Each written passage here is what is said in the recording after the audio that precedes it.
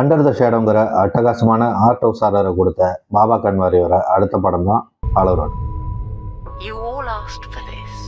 கதை என்னன்னா, புரோட்டகனிஸ்டான மேடிக்கு தான் பொண்ணு அலிஸ் கிட்ட இருந்து நடுராத்திரி கால் வருது. அந்த காலில் தான் ஒரு பொண்ணை இடிச்சிட்டதா சொல்றாங்க. பதறி போன மேடியும் பிராங்கும் தான் பொண்ணை காப்பாத்துறதுக்காக கிளம்புறாங்க. போற வழியில என்னெல்லாம் நடந்துச்சு, இவங்க அலிஸை காப்பாத்தினாங்களா, இதெல்லாம் தான் இந்த படத்துடைய மீதி கதை.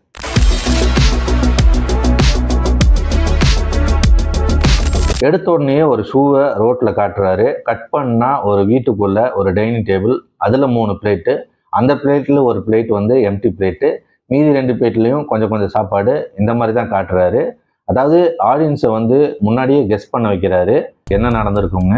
பின்னாடியே இவங்க மூலியமா என்ன நடந்துச்சுங்கிறத சொல்கிறாரு.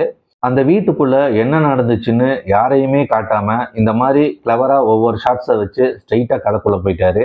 என்னன்னா, இந்த படம் கொஞ்சம் குழப்பம். மேலோட்டமாக பார்த்தா பொண்ணை தேடி போகிற மாதிரி தான் இருக்கும். ஆனால் அது இல்லை.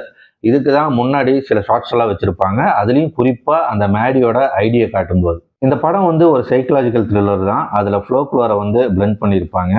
அண்டர் த ஷேடோலையுமே இப்படி தான் பண்ணியிருப்பாரு. வாரு அதே சமயத்தில் ஜின்னும் இருக்கும். ஆலிஸை காப்பாற்ற இவங்க கார் எடுத்துகிட்டு கிளம்புவாங்க. அந்த காருக்குள்ளே தான் முழு படமுமே. இவங்க 2 பேர், இது போக ஆலிஸ் அந்த லவுட் ஸ்பீக்கரில். இந்த 3 கேரக்டர் தான் படம் ஃபுல்லாகவே இருக்குது. இது போக இன்னும் 2 எக்ஸ்ட்ராவாக 2 கேரக்டர் வரும். அதுவுமே பார்த்தீங்கன்னா லவுட் ஸ்பீக்கரில் தான் வரும். ஸோ மொத்தமாக பார்த்தீங்கன்னாலே ஒரு 5 கேரக்டர். அந்த 2 கேரக்டர் பார்த்தீங்கன்னா கொஞ்சம் சின்ன வருவாங்க. அந்த 2 கேரக்டர் வரும்போது தான் வந்து இந்த ஃப்ளோக்லோர் எலிமெண்ட்லாம் வரும். மேடி வந்து ஒரு பேராமெடிக். அதனால அலிஸ் கிட்ட வந்து நீ சிபிஆர் பண்ணுன்னு சொல்லுவாங்க. இவங்க இன்ஸ்ட்ரக்ஷன் கொடுத்துட்டே இருப்பாங்க.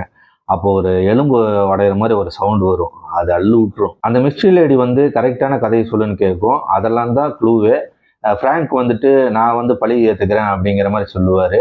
அதே மாதிரி பார்த்தீங்கன்னா அலிஸ் வந்து லவுட் ஸ்பீக்கரில் பேசுகிறதெல்லாம் எமோஷ்னலாக நல்லா கனெக்ட் ஆச்சு அந்த சீன்லாம். அதே மாதிரி மேடி வந்து நான் வேலைக்கு போகிறது இல்லைங்கிற ஒரு கதையை சொல்கிறது, இதெல்லாம் தான் படத்தில் இருக்கக்கூடிய சின்ன சின்ன க்ளூஸ். இதையெல்லாம் நம்ம வந்து கனெக்ட் பண்ணோம்னா நம்மளுக்கு ஒரு கிளியர் பிக்சர் இந்த படத்தில் வந்து கிடைக்கும். முன்னாடியே அந்த ஓப்பனிங் சீன்லேயே இருக்கும். அந்த ஐடி கீழே சில டேப்லெட்ஸ் எல்லாம் இருக்கும். அதெல்லாம் தான் க்ளூவே. படத்தில் கேமரா ஒர்க்லாம் ப்ரில்லியண்ட்டாக இருந்தது. ஏன்னா ஒரு கார்க்குள்ளே மட்டும் எடுக்கணுங்கிறப்போ எவ்வளோ தூரம் வந்து கேமராவில் உழைக்கணும்.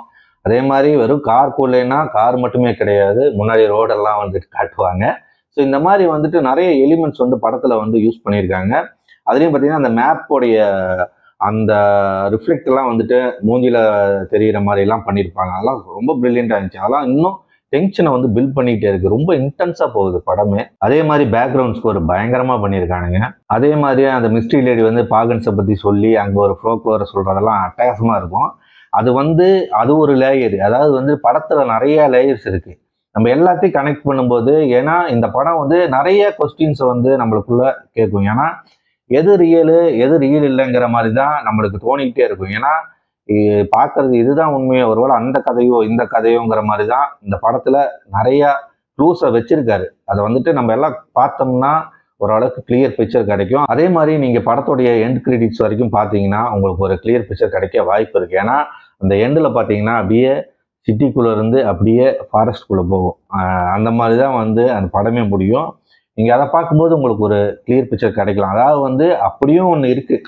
ஸோ நீங்கள் வந்து எண்ட் கிரெடிட்டையும் பாருங்கள், உங்களுக்கு புரியும். ஆனால் பெருசாக கிடையாது. அது வந்துட்டு எண்ட் கிரெடிட்ஸ் வந்துட்டு பயங்கரமாக பேன் ஏதாவது வந்துடும்லாம் நினைக்காதீங்க. இது அந்த மாதிரி படம் கிடையாது. ஸோ அதுலேயுமே வந்துட்டு ஒரு க்ளூ இருக்குங்கிறத தான் சொல்ல வரேன். ஸோ ஒரு மைண்ட் பெண்டிங்கான சைக்கலாஜிக்கல் த்ரில்லர் பார்க்கணுன்னா கண்டிப்பாக இந்த படத்தை பாருங்கள். வருது.